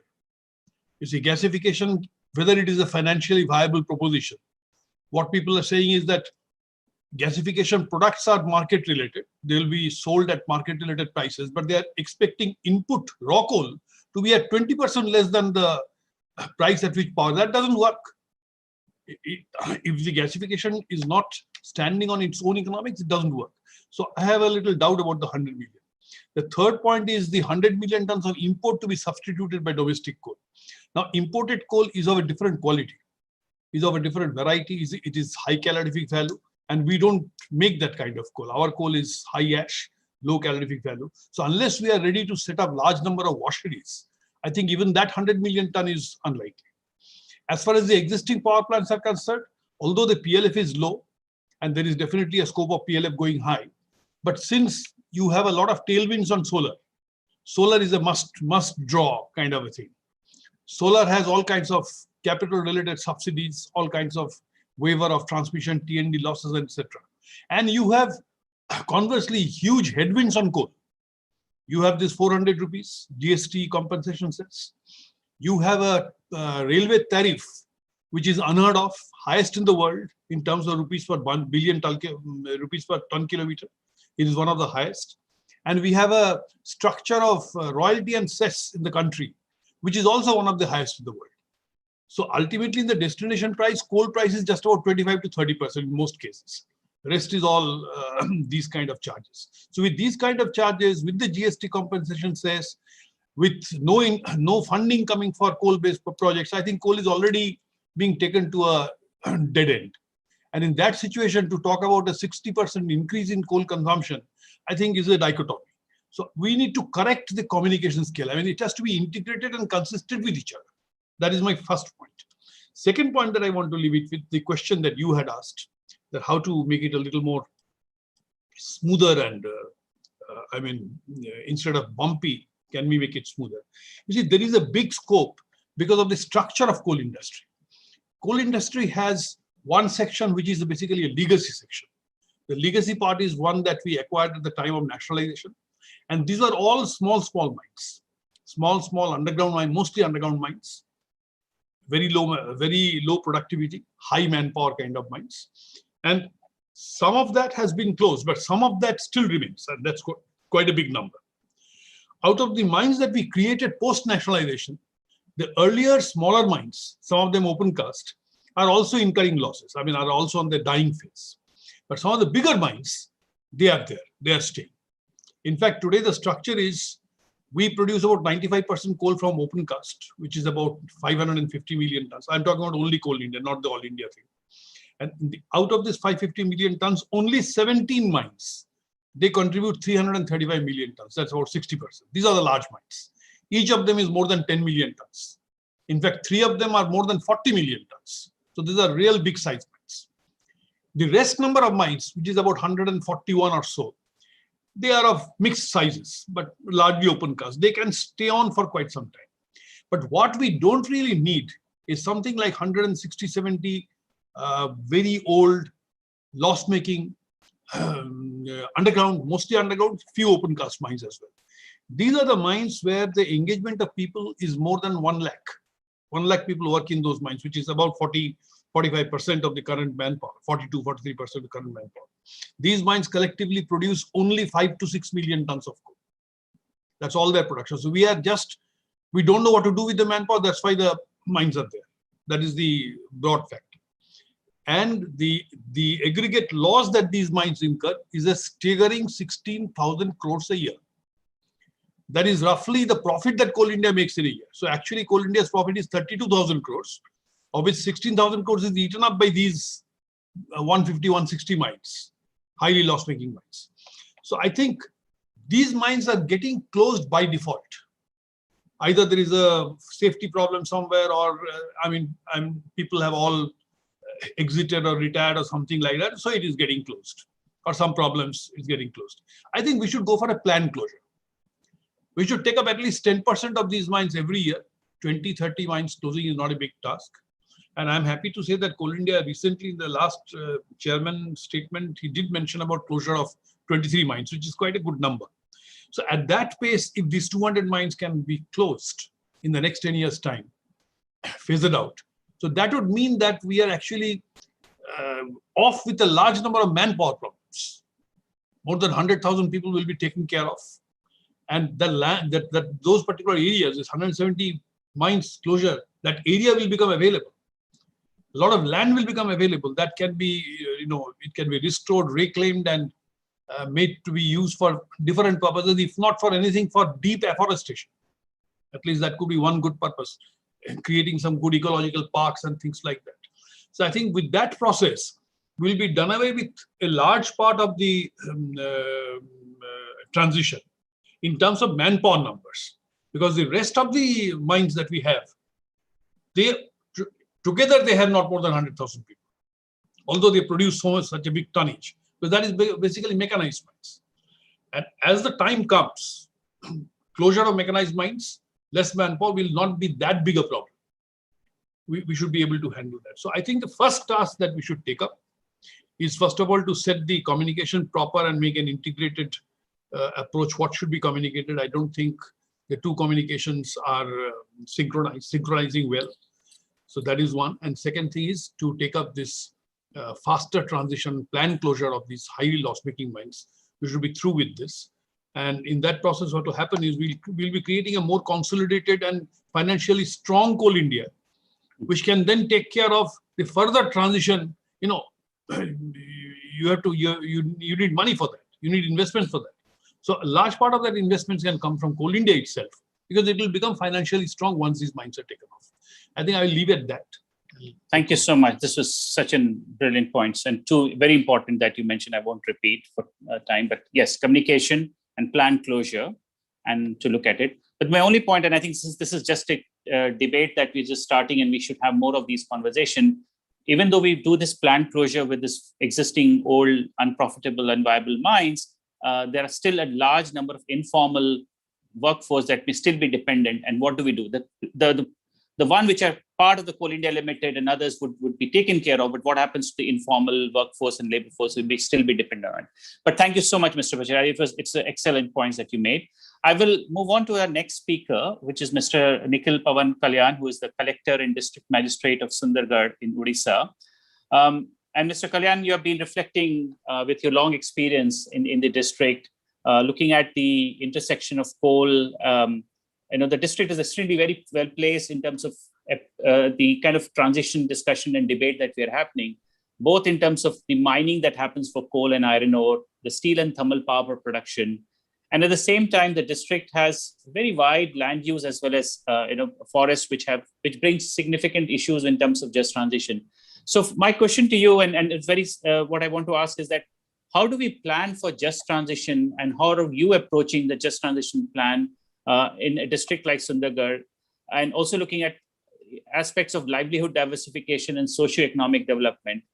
And from your experience, because the district earns a lot of revenue or from the district mineral fund, how can that be being used for a bottom-up planning that is required at the district level? So, Mr. Kalyan, floor is yours. Yeah, thank you very much. At the outset, I will thank honorable members of Parliament who have been part of the program, Additional Secretary and all the ex-seniors, and the President of iForest and all the team. Thanks a lot for this discussion. It has brought up some good points for discussion. As you mentioned, I would like to bring in whatever small points that I can bring to the forum from the field that we have been working upon. As you mentioned, we have a significant amount of coal mines in the district, and we do get a good amount of revenue under DMF recently in the last 3-4 years. And there is a lot of scope to ensure transition, irrespective of the policy level decisions at what happens and whether it will be closed or not. There is a lot of scope for a transition and ensuring just environment for the people in this area. Whether it is DMF or otherwise, also it is a responsibility for all of us to ensure the tribal people, as it is always more or less common that wherever mines are there, we have forests and we have the lifestyle discussion that comes up. So I have jotted down few points also that I thought I should bring up. So I'll go one by one. Mining employment, as specifically mentioned, coal mining employment is reasonably high. We also have made a survey at our level, again from DMF, and we understood that there is not many people actually working in the mining, because it is always open cast and it is here at least, and it is done through machinery. But yes, there is a huge number of people, especially the localites, working in the transport part of the mining. And we have very less washeries. So that is one thing which we really have to come up with. Not many ancillary industries have come up to make washeries. But yes, we have to ensure the transition of this transport, the employment that is provided through the transport. So the local economy is heavily dependent, yes, and revolves around the mining economy. So if we are doing the transition, we have to ensure that it is complete. I mean, why I say it is complete is when we started the mining, when we started the coal industries and the power sector also, we do have power plants of NTPC. Already they are in a transition phase from a before non-mining and non-industry phase to a phase where now the mines and industries are running. That transition itself is not yet 100% complete. So when we are talking of again transition to a going back to non-mining and non-industry phase, the people have to be extremely taken into confidence, because we have already taken one or two generations into confidence and went ahead. Again, it will take one or two generations to again bring back or take their confidence while we decide, while any decision that happens at the policy level in this regard. Again, transportation, again, even though irrespective of the transition of the industry or the mining sector as a whole, the existing transporting itself can see a transition within the existing environment. For example, the NERI report, which is our Bible for ensuring the environmental impacts and ensuring the pollution levels are taken care of. The NERI report says conveyor belts, the NERI report says extreme measures to tackle transportation. Even though we are working very hard, we do require technology inputs and the research inputs and essentially the information exchange to ensure the inputs like the NERI report are actually being implemented. We do enforcement, we do enforce things at the field, but that is not at all going to be sufficient unless we have a paradigm shift in the actual way of bringing the right kind of technology to ensure that the transportation mechanism can actually be totally removed from the entire story, which itself will also take care of the other part that you were mentioning regarding the oil sector, because I have around 15,000 vehicles on road as we speak in the entire district, not only the coal sector, I have limestone and iron sector as well, but 15,000 heavy vehicles per day is my movement, which can drastically be reduced if the right transition options can be explored. And unfortunately, when I'm trying to do the enforcement for transportation, DMF, even though it has been a very untied way of doing things, I have been restricted not to allow for going for enforcement for transportation, which is very surprising. I would hope that the policy changes come up in this regard. I need to help DMF to use and restrict and enforce and provide probably technological inputs to ensure the transportation can be made into a less environmental impactful aspect. Similarly, the agriculture, we have been trying to ensure the livelihood of the mining people where the mining activities and the energy activities happen, to transition them from mining activities, if whatever small number of people are there, to agriculture or allied activities, or increasing their income so that their dependency on the mines actually come down. We do have taken up a lot of initiatives under DMF for increasing the irrigation, especially such kind of irrigation activities where we are not exploiting again more and more the nature by digging bore wells or by just dragging water, whatever aquifer is there, but more of renewable and rechargeable options, mainly through ensuring the aquifers are understood, the topography is understood. So yes, DMF is actually helping in significantly getting the expertise from outside wherever it is already established, and we were able to slowly we have used SCADA technology to have canal irrigation without exploiting the nature. So the work is in progress. Yes, DMF definitely helps, thanks to the mining money, agreed, But yes, we need more of technological inputs and research advices so that we can actually take up the work at the field. As I said, I just diverge.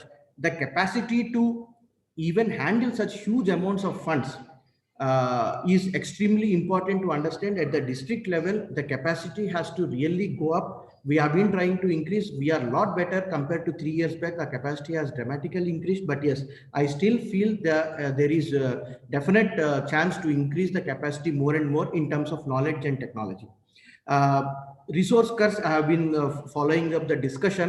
Yes, we do feel while working in the field also, whether our resources are our own curves or whether we are able to convert that. The transition has to also happen from the understanding from the people. Again, the policy advocacy has to come through the people.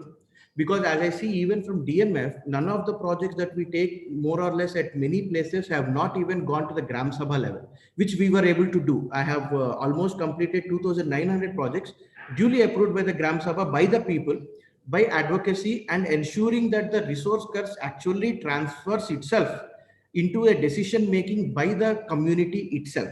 So yes, resource curves is a definite issue, but we do have options at our hand and we really have to start working on it. And I'm very sure the transition can happen in a decade, even well before the policy level decisions can come up at our level. Capacity in terms of fund is there. Capacity in terms of information technology as far is still far cry.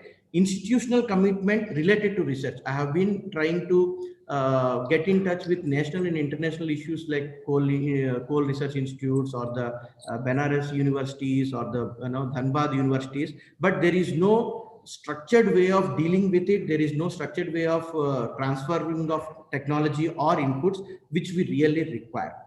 And environmental improvement. I mean, even though we are doing mining and other coal and other iron, coincidentally or otherwise, the forest growth is increasing in the district. The data showed from your own presentation was 44%, which was last year. It is around, I think, increased by 6 points to 50.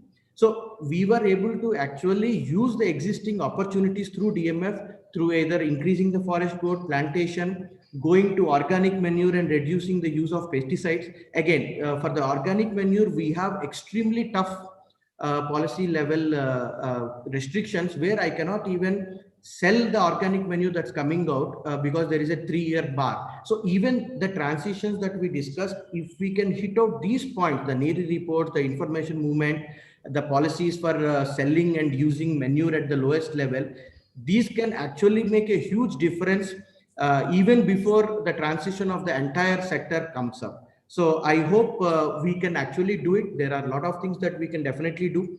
As we always say, fund is never a problem. This is actually true in our case. Fund is not a problem. We do require help. We do require capacity building, because criticism is a very easy thing. DMF ka kam, we are using this and that. But yes, if we can get that kind of help for formulating an action plan, especially for the mining affected districts, I think we will be able to go a long way in actually starting this effect of transition for the right kind of people, because the GST is the amount of economy, that movement, sector movement from oil to other, might not actually go to the tribal people whom we are talking about unless these steps at the field are actually done. So yeah, I thought few points I should mention. Thank you so much. Thank you, Mr. Kalyan. This is very good. And I think you're rightly said. I mean, what is needed is capacity building support. Resource, at least funds are not really an issue. And the kind of planning and support that at the district level it can come. And I will pose this point to our last speaker before we come, and so that he could also address this. Our next speaker is Dr. Suranjali Tandon. She's an assistant professor with the National Institute of Public Finance and Policy. Ms. Suranjali, you've been working extensively on issues of just transition, especially the key aspect of financing just transition. And you just heard Mr. Kalyan talk about that funds are not really an issue. It's just the work around capacity building and the technical support that is needed. This report also talks about revenue substitution and investment as one of the R's of the 5 R's that they're talking about. So my question to you, your reflection of from the work that you've been doing, given the complexity of just transition in India, and the different cross-sectoral issues of socioeconomic impact, what would be the kind of few recommendations you would like to bring forward related to financing of the just transition work in India? Suranjali, over to you. Thank you, Mr. Shirish. I would like to congratulate iForest on a wonderful report. Just flipping through it, I felt like, every sort of chart deserves attention and can be used judiciously by anyone working on just transitions. Of course, leaving aside the broader issues of, having a national plan, which I think Mr. Ramesh talked about, staggering those plans over years, and Mr. Sinha spoke of saying there should be a net zero plan. And I think these are good ways to relay what finance is required to do. And working over the last year or so, my understanding is that there are two-pronged impacts that we will see of just transition. One, which the iForest report touches on very briefly, but I think needs more elaboration, is on the loss of tax revenue. I mean, even if you look at the COVID-19 situation, a lot of the tax revenues really came from oil, which accrues to the center. And, there are other issues in terms of fiscal federalism, which I do not wish to dwell on.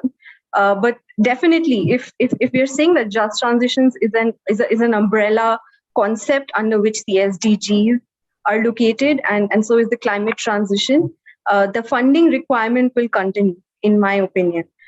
So for that, the government has to think of innovative ways to raise additional money.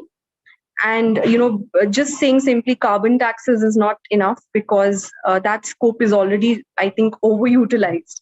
So where are we going to get that finance? I think the other thing is that private investors usually ask, what is just transitions, and where do we put the money, and what is the change that will happen, right? So I think this report does a good job. We have India's map with all the districts sort of pinned down on where we are seeing that there will be a shift. And I think that is a good way to engage with private sector to show that, look, if you have assets here, you have invested in companies that are located and in these sectors, there is a potential downside, even for the banking sector, for example. So if there's going to be stranded assets, or there's going to be a shock, you're going to have to pay in terms of your own money. So I think the key issue is to sort of measure and relay this risk. And I think this report takes the first step in doing that, which is I think great. So I think those are my two thoughts on how finance will be affected and can sort of be calibrated in the future to address the issue. Thank you, Suranjali. You also made life much easier for me by limiting your time to much shorter than that. No, but I think good point. And I think we need to look at the kind of compensation that needs to be worked out if you really move out from fossil fuel industry, which is the major source of revenue flows for the government, and then planning, which can essentially include based on the initial work that the iForest team has currently done. Great, thank you so much. I'm moving to our final panelist, and which is Dr. Anshu Bhardwaj, who is the CEO of Shakti Sustainable Energy Foundation. Anshu, you are one of the leading experts on energy policy in the country, and therefore, one of my questions, and it builds on something that Mr. Jayant Sinha was elaborating on earlier. What are the typologies of research ecosystem that needs to be built in the country to strengthen the work that is happening around just transition, not just in terms of planning, but also in terms of implementation? And then a remark from you in terms of also the role that you play as advisor to the India Just Transition Center. What role do you think the IJTC can play in bridging some of this research and knowledge gap? And also the fact that the kind of capacity building role that Mr. Kalyan was referring to, that they as at the district level would need to make sure some of this planning work can actually happen in terms of implementation. So Anshu, over to you for your remarks. Thank you, Shirish, and I'll be very brief in the interest of time. Many congrats to CB and his entire team for this wonderful initiative. For me, it's an honor to be associated, and I thank you very much. Specific to what you mentioned, Shirish, the context of what we are working in is the fact that India's unique transition, unlike other countries where we talk about transition to a low carbon or net zero economy, we are starting from a very low base and then going to a zero at some point. So, starting from 3 billion tons to zero at some point in future. So whenever the peak happens, we'll be having a very low peak and then petering off. And then second unique aspect about India is the huge amount of informal sector, which CB's report has very nicely articulated. So those two, I think, make a very unique case for India. The fact that we are, if I can use the word, an experiment, which no other country has attempted, of going to zero or close to zero from a very low base of development, emissions, per capita, all indices. Now, given that the center which I4S has set up, I believe there are 3 unique sets of skills which they can bring to table to add to the discourse. Number one, the issues which have been raised by previous speakers from the government, outside government, from field, they require careful, independent examination. And it's great that an institution outside the government is examining these issues, which lends itself credibility and independence to the analysis. So independence of the studies, independence of the analysis is an absolutely important thing to aid the decision makers. Number two, the use of analytics and tools for research and analysis. And again, more often than not, the government agencies, even agencies like Niti Aayog, are often too much overwhelmed in their day-to-day work that they just don't have time to devote to this kind of stuff. And these kind of studies require sophisticated analytical tools, some field studies like IJTC has done already. So those kind of skill sets for analyses. And third, drawing on global expertise and best practices. For example, CB mentioned about Germany, how Root took 5 decades to transfer out of coal. How has Poland managed it? And how have other countries which depended heavily on coal have managed these? So drawing on those best practices and bringing to Indian context. So I think these are 3 core areas where IJTC can make a major difference and advise our policymakers, both at central level and at state levels. And with that, I'll hand back to you. I have a minute to spare. So back to you, Shirish. Thank you so much, Anshu. And I completely agree. I think the India story of low peak and then still peaking and then reducing much faster. It's just that the communication around that needs to be more strengthened and made. And that's where the analytical work is needed. And I don't think at any level we do that quite well as of now. And I think that's something that we need to work. And thank you for outlining what IJTC could actually to focus on, and certainly agree on how we can draw on global practices. So one of the things that we are trying to do is to see if a more of a South-South alliance can be put in place, because the kind of energy transition that may happen and will go in countries like South Africa or India or Indonesia is going to be much more different, but each can learn from the different experiences. Whereas what has been learned from Europe and UK's experience was also going to provide some information. And I think creating that infrastructure for cross-learning through a network of partners and organizations, where IJTC can be one of the key actors to do that. I will just take a couple of, well, I don't have a minute also to now do that, but just try and make an effort to summarize. I think we got some very clear points that we are looking at. One was around the communications around the calibration of the coal and the way it's likely to project in the Indian economy. I think that's going to be very important. The other thing was that how do we ensure that we want to minimize uncertainties and risks for communities who are extremely vulnerable? And this essentially looks at what this report talks about for those 60, at least those 60 districts to work with in the near term. And that's a point that Mr. Jairam Ramesh also made, that we need to have more clear near-term plans of action rather than looking at 20, 30-year scenarios. The point around need for a compensation and a consultative and transparent process of communication with communities, again, is going to be extremely issue. But overarching, I think the point that Mr. Jairam Ramesh made about the complexity, because this is a human issue.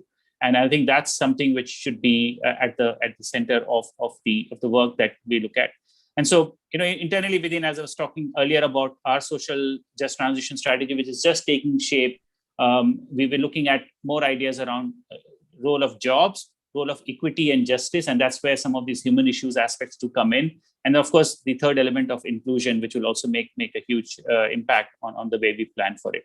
So I would wrap up this. I want to thank all my panelists. Thank you so much. Sorry, my apologies to rush some of you for time, but I hand it back to the iForest team for any concluding remarks. I think there were a lot of questions that were coming in. I'm sure the team will be able to respond, but over to Chinmay or CB, to you for closing the session today. But I thank once again everyone. Thank you, Shirish. And I also want to apologize. I think there are some excellent questions that have been asked by the participants, and we'll try and answer some of them. We will write to you. I will also, try just to announce that the book is already online. You can go to our website and have the book. Executive summary is downloadable. You can download it. You can read the book online, and it is available. I want to thank everyone. Jairam Ramesh ji, Jayant Sinha ji, Anshu, my dear friend. Nick is not here, but Nick Robbins, who is advisor to IJTC, Shirish, Mr. Kalyan, Suranjali. I'm really sorry. I think you all had a lot to contribute. Suranjali, Anshu, there should have been a lot more time for you to discuss. Shri Partha Bhattacharya ji, your inputs are always excellent. And to all the participants and my team, I want to thank my team. I think they've done an excellent work. Shrishta, Chinmay, Diana, Rahul, everyone. And thank you very much for coming for this event. We will be in touch. You will hear a lot from us. Thank you very much. Can I just say, Please. Add in a word, and I hope you don't mind. My mind goes back to Cancun, which is almost exactly 10 years ago. And when I said some of the things that we are talking today, the first man to come out with an attack on me was Chandra Bhushan. And thanks to Chandra Bhushan, I was put on the dock in Parliament. I was put on the dock in the media. And my own government asked a lot of questions from me. But I'm glad 10 years later, we have a new young champion whose name is Chandra Bhushan. So Chandra Bhushan, no, I have admitted it, and I'm admitting again. You were ahead of time. Okay. So keep it up. Keep it up. I'm just pulling your leg. Thank you. Thank you very much. Don't mind. Okay. Thank you. Shirish, final word, and then we'll close the event. No, it's all your final words, all yours. Thank you so much, everyone. And CB, thank you so much for having me to moderate this session. Thank you. Thank you. Thank you very much.